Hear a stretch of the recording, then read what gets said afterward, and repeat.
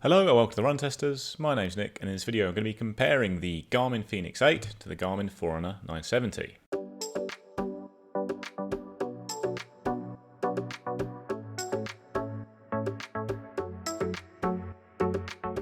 So in this video, I'm going to start by going through all the key design differences, on-paper differences between the two watches, and then we'll look at my running experience with both of them, and I'll suggest which one might be the better option for certain types of runner. One of the big differences between them is that the Fenix 8 comes in a big range of styles and sizes. There are both AMOLED and memory and pixel options within the Fenix range. There's also three different sizes of 43mm, 47mm, and 51mm. Now, there's only one size and style of the Garmin Forerunner 970, so for this video, I'm going to be mainly comparing the Garmin Fenix 8 AMOLED version in the 47mm size, which is the same size as the Forerunner 970 and the most comparable watch in general. So if you do want a larger or a smaller watch, or a watch with a memory and pixel display that has solar panels around it to add to the battery life, then it's going to be the Fenix 8, one of those other models, but comparing these two is what we're going to do right now. Let's start with price, and the Fenix 8 is a fair bit more expensive than the Forerunner 970. The steel model of the watch that has a glass screen costs £869 or $999. The titanium model of the watch that has a sapphire crystal screen is £949 or $1,099. The Forerunner 970, which does have a sapphire crystal display and a titanium bezel, costs £629 or $749. Then the size and weight is also a big difference. So even though these are both 47mm watches in terms of their case size, the Fenix 8 is just a bigger, bulkier watch. It's thicker, it's heavier, you have more metal on it, with the case back being made from metal as well as the larger bezel, whereas the Forerunner 970 just has the metal bezel and the rest is made from plastic, so that does make it a lighter watch. It's also a bit thinner, and certainly that's noticeable when you're wearing both at the same time. So you do get a choice in materials with the Fenix. The titanium model is lighter than the steel one, and the sapphire crystal display is a bit more durable and scratch resistant. That's what you get as standard now on the Forerunner 970. They both have 5-button designs and built-in flashlights. For the first time, the Forerunner 970 has that within the Forerunner range, whereas it's been on the Fenix for a little while now. And they both have the same Elevate V5 heart rate sensor, which is a pretty accurate optical heart rate sensor from Garmin. They both also have a 1.4-inch AMOLED display, but the Forerunner 970 is a bit brighter, I would say. It's Garmin's most recent watch launches, the 570, the 970, and the Venue X1, have all had very bright AMOLED screens, which are a touch brighter even than other fairly new watches like the Fenix. And that difference in brightness is a little bit noticeable, and it also affects battery life. Some other differences is that the Fenix 8 has a dive-proof design. It's dive-proof to 40 meters. It's also more waterproof in general at 10 ATM versus 5 ATM on the Forerunner 970. You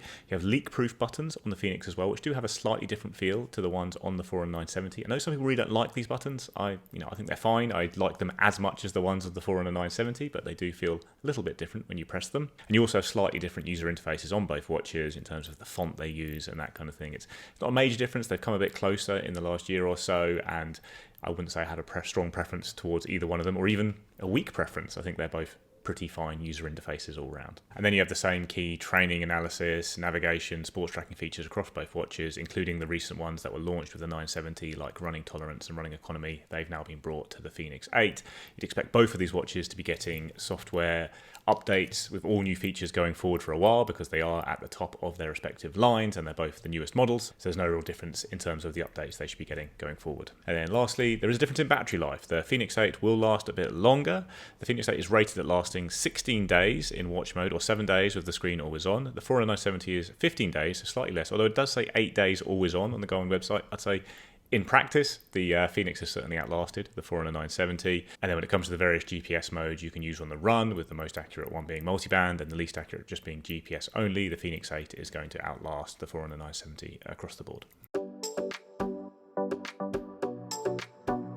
So the Fenix 8 and the Forerunner 970 are two excellent sports watches, and I've thoroughly enjoyed testing and using both of these watches over the past few months, or a bit longer in the case of the Fenix 8. It's a fairly old watch now. I've tested them both for long stretches individually. I'm running I think a couple of marathons with the Fenix 8 now, and I have also worn them at the same time for a week or two just to compare them more directly.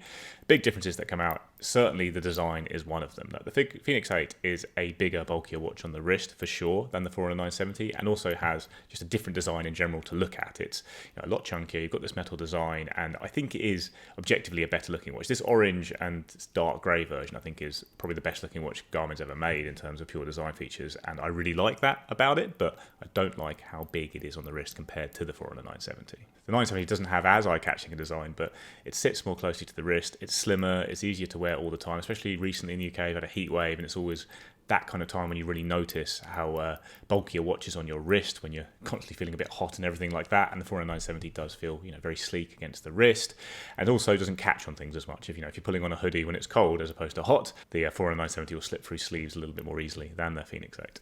I will also say in the past, durability has been a pretty big factor when picking between the top Forerunners and the Fenix 8, because you've always had these hardier metal sapphire options of the Fenix 8, but you've now got a sapphire display on the Forerunner 970, and that is a really big and important upgrade for me, because I did scratch the screen on the Forerunner 965. I think the glass screen was a fair bit easier to scratch than the sapphire ones. So I think on durability, while the Fenix 8 is hardier, you've got higher waterproof rating, you've got more metal used on it to make it a more rugged and protected watch. The Forerunner 970 is now looking like it's going to be a pretty hardy watch all round, and so it's not such a worrying downgrade on that front at all. When it comes to the performance on the run, these have both been equally good and have both been as good as anything on the market. They're very reliable for accuracy, both in terms of the GPS accuracy in multiband mode, or even the all systems on mode is nearly always very reliable. And in terms of heart rate accuracy, the Garmin Elevate version 5 sensor I think is one of the best optical sensors on the market. And in all the testing I have done comparing these two watches to the readings from a chest strap, they've fallen right in line with that chest strap. So certainly the sports tracking performance, I'd say there isn't really much of a difference there, apart from the fact that you do have the diving mode on the Fenix 8. That is not something I do myself, but obviously if you do want a diving watch, it would be the Fenix 8 of these two. On battery life, the Fenix 8 has been the better performer for me during my testing. If with comparable use, with the screen set to always on, notifications coming in, running every day, usually maybe running like 70-80 miles a week and doing some other activities as well. The Forerunner 970 lasts me 4 or 5 days on a charge, and the Fenix 8 47mm model lasts me 6 or 7 on a charge. You can get a big jump in battery life by going for the larger model of the Fenix 8, the 51mm watch. I think it almost doubles the battery life of the 47mm watch, but comparing these two more directly, even in the same size, the Fenix 8 will outlast the Forerunner 970. I think the gap also widens a bit if you go to raise to wake mode. It's not an absolutely huge gap in terms of really changing your life, the amount of battery extra you get on the Fenix 8, but it is a noticeable advantage to it. And there is certainly a lot of very similar positive elements to both watches, and when it comes to picking between them, overall I would say it will mostly come down to design and price, because the experience of using both watches is pretty similar unless you are desperate to go diving or you need a solar panel watch or something like that. In the past, the Forerunner 9 whatever has been called the plastic Fenix, and that is true, but it's less plasticky than ever now, because you've got a titanium bezel and a sapphire crystal display and the same built-in flashlight as the Fenix range, and those are all quite big improvements, I think, because they are things I would miss from the Fenix when I was using the Forerunner 965, and the 970 has closed that gap a bit. It's a fair bit cheaper, it's a fantastic sports watch, and it is slimmer and lighter on the wrist, and it is overall the one I prefer, with the advantage of it also being a fair bit cheaper. While the actual look of the Fenix 8, especially this particular version, is probably what I prefer. I do think it's a very attractive watch. The Forerunner 970 is the one I prefer to have actually on my wrist because of that lightness, as someone with fairly thin wrists, which is a pretty common thing for runners in general. So yeah, overall I would say the 970 would edge it, but there are clear advantages to the Fenix in terms of the design, the extra durability, and the battery life. So if those really speak to you, or you just love the look of it, and or prefer big watches in general, I know some people really like having a big watch on their wrist, and not everyone has as frail wrists as I do. Fenix 8 is certainly a fantastic option, but you are going to have to pay a fair bit extra. For a 970 wins on price and the slimmer design for me, so it's the one overall that I would pick for running. That's our comparison of the Garmin Fenix 8 and the Garmin Forerunner 970. Let us know what you think in the comments below. Please do like and subscribe, ring the little bell, and I'll see you next time.